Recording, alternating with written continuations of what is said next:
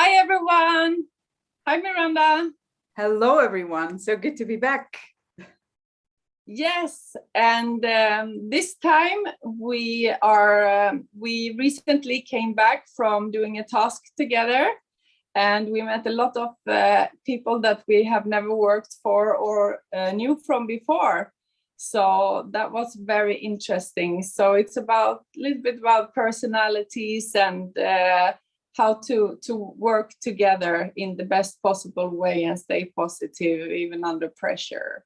Yeah, because really So what yeah, we see is that a lot of people always find it difficult, especially when you are in new groups, to get to know the person, and oftentimes the first impression is not what they think of them at the end of a couple of days together. So it's always so interesting, really, to see the dynamics of how people grow together and become an amazing team. We see that often when we work together, of course, and as we just came back from our last task with another amazing group. We thought maybe it's good, as we get a lot of questions about personalities and people that are insecure about certain things. Maybe we should talk about that. So here we yeah. are. And I have always personally enjoyed to hang out with people that are different from me because I learn a lot, I get inspired, and I like a bit of a mix. And especially when working in a team, I think it's important to have different personalities because everyone see and observe different things, which I think is extreme. No, I don't think it is extremely important in the security industry that everyone observe different things and are good at different things. So I don't really like the concept that everyone is the same. No, I think we should make use of our differences actually, and turn them into positive strains. As we all know, a lot of people always have a negative default, because they can or find it uncomfortable to deal with a person that is different, or maybe sometimes has more knowledge, or maybe lacks knowledge, and instead of helping each other and coming together. We often, of course, see that people, and that's a normal human default, start bad mouthing, gossiping, make sure that a lot of people are, not look good with other people. And that's sad, I think, because if we learn to really accept and see what we can do with each other's differences, and be more open and help each other, we can achieve so much more together. Exactly, because who knows everything on their own? Like when we work together, there are so many times I've asked you, like, Miranda, can you back me up on this one and explain? Because I know what I want to say, but I can't really express it in the way you can and explain it. So then you come in and you help me, and everything is just perfect. So we together use each other to the best, I think. And I think this is really a strength that I wish everyone had, to know where you lack and to use someone to help you. And together, the mission or whatever you're working on is becoming a lot better than if we were solo players. Absolutely. And I always say, just really be honest to yourself, hold yourself a mirror, and just know, what you lack or what you're uncomfortable with, and try to work on that. And what you see usually the first time of a person, and especially when they're not in their own setting, let's say, because when they're at work or at home or at a sports club or with their kids, or maybe as a partner or parent, uh, we all have almost, how weird it sounds, different personalities, right? Because when you are at work, you are a different person than you are at home. And I mean, 99% of the people has that. So we Of all have to accept also, especially when you come, arrive somewhere or work somewhere for the first time. A lot of people are always somewhat uncomfortable, right? Because you don't know who the other people are, you don't know how the whole dynamic of the day goes. So you have to adapt and adjust. And yeah, even if you go to a new job, it's always, yeah, you have to touch and put your feelers out and see how that goes. Yeah, yeah. So the first days are often a bit about everyone reading each other, etc. But then it comes to a point when everyone is relaxed and use the strength, because I think that's something we are really good at, inspiring people in using of what they are best at. And someone told me once, and this it has been stuck in my brain forever since, that it's so easy to hang out with the person or work with the person and their positive sides. But the challenging part is to accept their flaws, their annoying behavior. I am one of those. And accept those and work yourself on accepting this person's weirdness and habits, etc., as long as those things aren't going to harm you in any way, or it's some kind of behavior that isn't good in any way. But just being different, it's okay, even if it's a little bit annoying. Focus on all the amazing things the person have, and learn to live with the not so easy things, Yeah. like my little organized confusion kind of mess that only I get.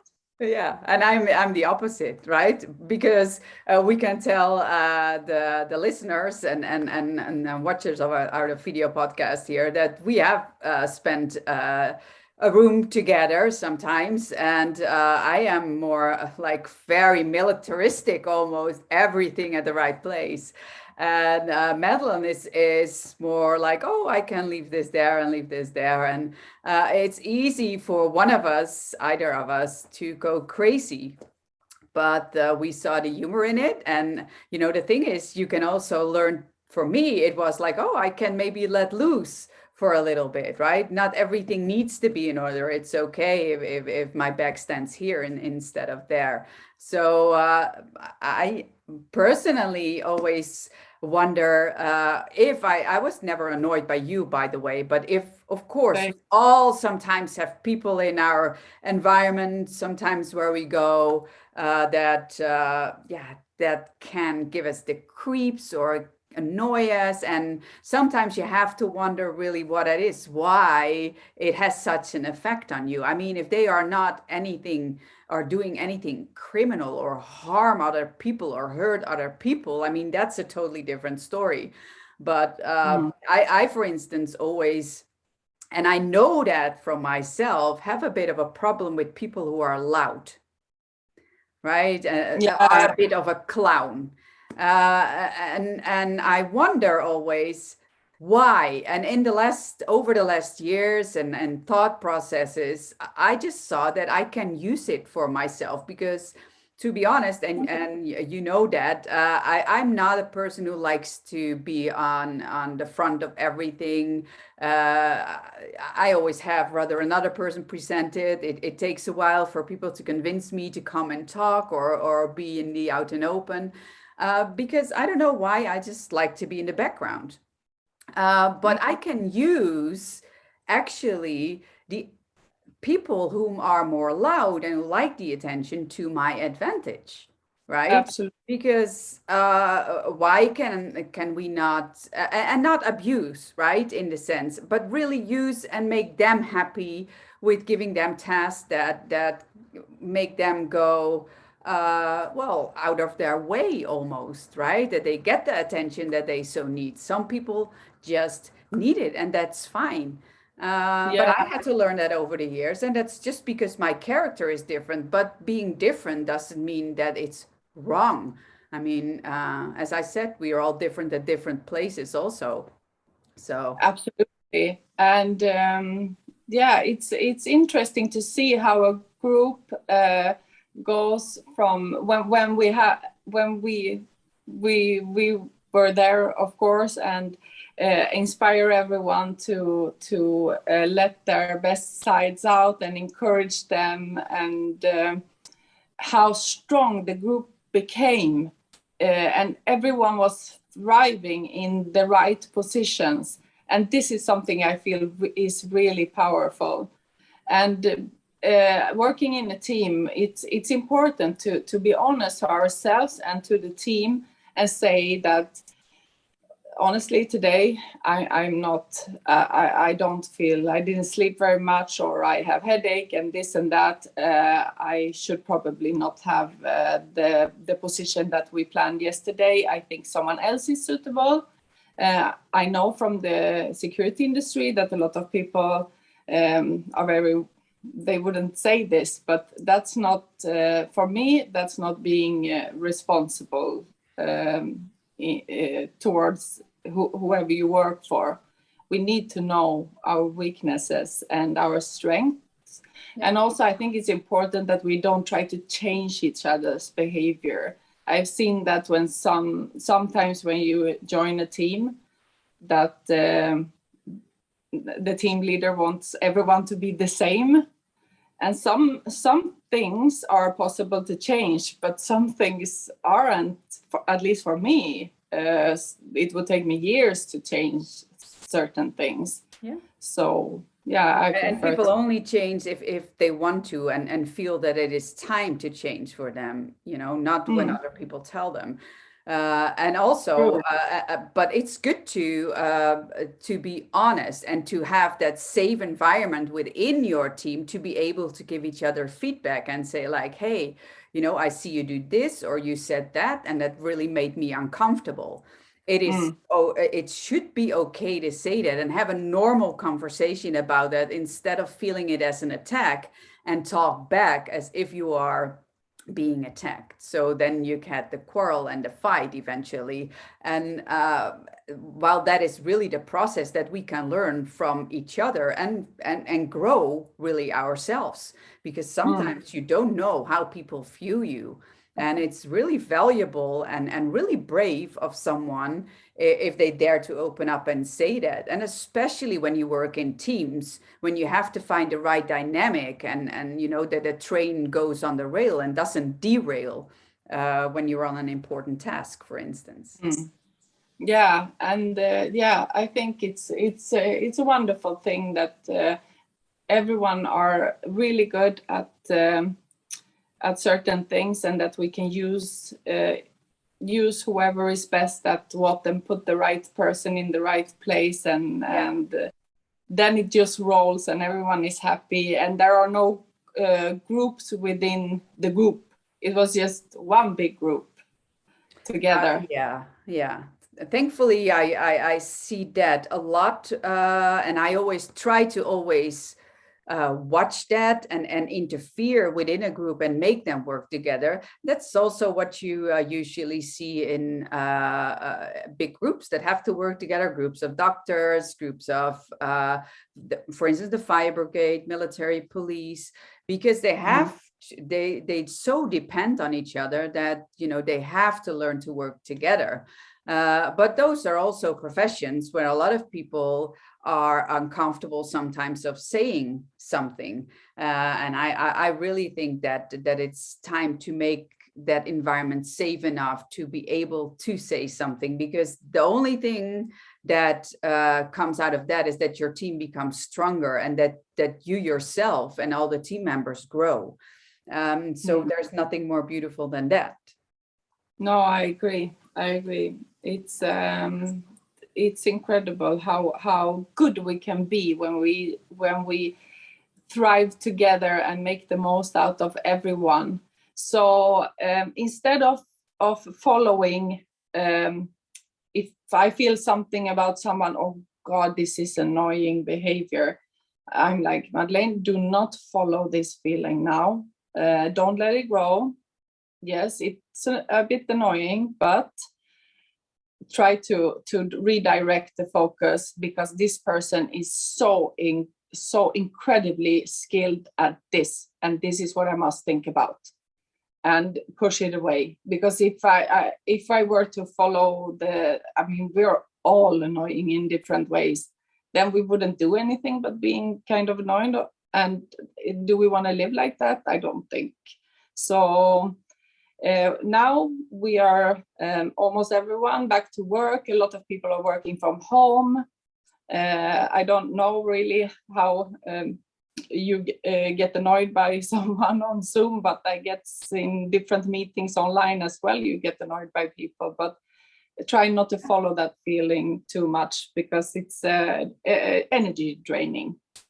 Yeah, and also when you are in a group meeting, for instance, and you get annoyed by someone, then maybe if you cannot really forget about it and it keeps annoying you and you feel uncomfortable of talking to that person or working with that person again, why don't you approach them personally? Why do you have to tell your colleagues like, this is so annoying of that person? Even if you want to talk to your other colleagues about it, then you can even twist the question a bit and ask like, hey, do you know why, I don't know, this or that person always does this? Did something happen? Because I always say you have no idea what is going on with people, because a lot of people don't tell. So everyone struggles and has their own problems. And it's so much better if you just ask the question the right way instead of attacking. Absolutely. Yeah, it's interesting how we get an impression of people online, and then we meet them in real life. And like you said, everyone behaves differently in different environments, and I think a bit more relaxed and a bit more honest. A friend recently came here. He has worked abroad online at home, being a little bit not locked down, but stayed at home a lot. And here in Ibiza, everything is very social. It's a large groups, etc. And he used to be the center of attention every time we went out for coffee, etc. And he came to me and he said, Madeleine, I'm socially awkward because I've forgotten to socialize because I've been so much at home. And so he said, I'm going to need some time just to sit back a little and listen to everyone, and it will come to me eventually. Because people were like, are you okay? Is everything? And that's not really something that anyone is comfortable with being asked, are you okay? I mean, I'm not. Yeah, well, you see that a lot. You saw that also before, let's say, the pandemic started, or at the beginning, when all of a sudden we were so very social and we had to work at home. A lot of people didn't get enough impulses anymore. And all those senses that were always in overdrive all of a sudden got quiet. So when you work from home, and then all of a sudden people got used somehow, and maybe unconscious or unsubconsciously, to no impulses or less impulses. So then if you all of a sudden have to be in a crowd or in a group with people, and you hear all the sounds and the yum yum yum yum, yum, the voices around you, that can be confusing even. Yeah, people and need to get felt used that to that. It was very intense for me, who has been on this small island for such a long time, to go to different big cities. I was like, God, it's so much noise and vehicles everywhere, and it's just something we all are going to have to get used to again now when the world is more open in certain places, etc. But adapt, accept, be understanding, be kind, and yeah, Alberto want to be part of this podcast now apparently. So this is my Rottweiler Alberto who wanna, I don't know what he wants to say about this subject, but you're welcome. Kindness, acceptance, because it's a, like we have discussed in previous podcasts, that it's challenging times now. So accept each other, for who we are and use the good sides and the strong skills. And also use it as a new start, right? Now that the world is opening up, just know how you were and what annoyed you, and maybe try to again ask the question differently, or try to just to ignore it and focus on the positive sides. And again, we've all been there. I mean, nobody is perfect. Uh, I even teach it, but I make mistakes a lot, you know, and also with people that annoy me, that sometimes, and that's just, but it's more neurologically, and I will not exhaust everyone with that, but that's really an impulse that we have to respond to a certain reaction that we don't like. And especially when you are already, well, piling up certain stresses over the day. And then if somebody does something that you don't like, sometimes it can be with body language that you just turn your back on them and walk away. But also sometimes a lot of people start cursing or say not so nice things to the person. But if you are aware of that, then maybe you can channel that a little better. But yeah, we all make that mistake, right? When we have a lot of tensions, and then somebody is annoying or just not nice, and instead of being calm and respond in a calm way or reply in a calm way, we can be quite not so nice too, let's say. So yeah, we know that. I feel very safe walking around in a city center, on the small little road streets where you really shouldn't go. But when I have you, I feel very, very safe. A colleague,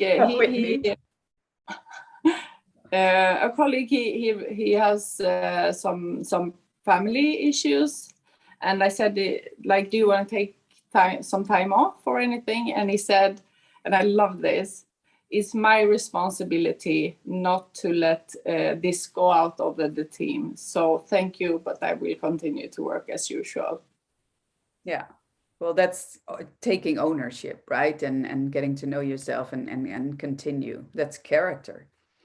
Yeah, and we are all aware about it, so no one will. But we are not provoking or joking in that kind of way, because this kind of humor works with some people, and some people don't like that kind of humor. So I prefer in my team that we don't use it at all, making fun of each other.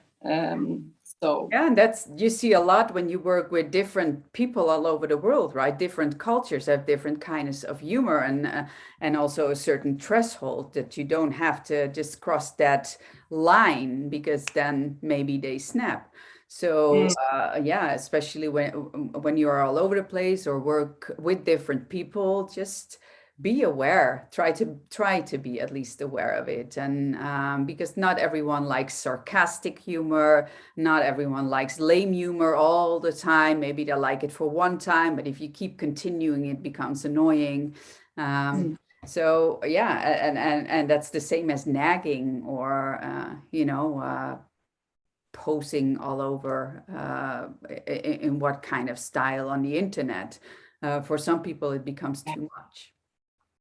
Yeah, don't post anything like that. I'd rather bombard the social media with dog pictures than I mean, that's private. If I have any issues with someone, I take it with that person.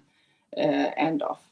So yeah. So don't share your whole life and all your problems with other people on the internet. Yeah, absolutely. So if anyone has anything they want us to answer or discuss in the next podcast, just write in the comments, and we will do our very best to make the next episode tailor-made for what you want it to be about.